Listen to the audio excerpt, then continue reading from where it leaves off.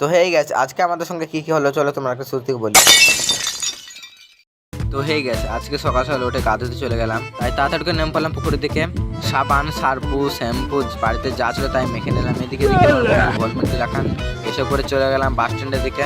তো ফাইনালি একটা বাস পেয়ে বাসের ভিতরে চলে গেলাম। না গাইস আজ ভিড়টা কম ছিল। এইসব করতে করতে চলে গেলাম স্টেশন। তাই তাড়াতাড়ি করে চলে গেলাম টিকিট কাউন্টারে যে দেখি ও মাই গড এই কাকাটা তো এখন পয়সা গুনতে ব্যস্ত, তাই এইসব করে একটা টিকিট নিয়ে চলে গেলাম নিচের দিকে। সাথে একটা ছোট্ট পড়া প্রাণী নিয়ে চলে গেলাম নিচের দিকে একটু ট্রেন ধরতে। ট্রেন আসে দেখি এখন ভাত আসতে 1 ঘন্টা দেরি আছে। ও সরি গাইস এখন ট্রেন আসতে 1 ঘন্টা দেরি আছে, তাই তাড়াতাড়ি করে চলে গেলাম খাওয়া দাওয়া করতে। হোটেলে এসে দেখি আজ তো বড় রকম কিছু খেতে হবে, তাই বিরিয়ানি অর্ডার করে দিলাম। এই মালটা তো এখন দেখি যে লক পক করছে খাওয়ার লেগে। তো ফাইনালি আমাদের কি চলে এলো, এটা সানরাইজ না সরি এটা বিরিয়ানি। আমি একটু ইংলিশে বলতে যে বাংলা বলে দিয়েছিলাম। তারপর একটু এধারে এসে দেখি এই মালটাতে এমন করে খাচ্ছে মনে হচ্ছে তাদের বিয়ে হচ্ছে। খাওয়া সেরে ফিরমাল যা ছিল সব খেতে খেতে চলে গেলাম স্টেশনে এসে দেখি ও মাই গড ট্রেনটা আমাদের লেগে এসে দাঁড়িয়ে আছে। তাই তাড়াতাড়ি করে ট্রেনের উপরে উঠে বললাম। ট্রেনের উপরে উঠে দেখি এই নাবালক ছেলেটা এখানে পেপসি খেতে লেগেছে।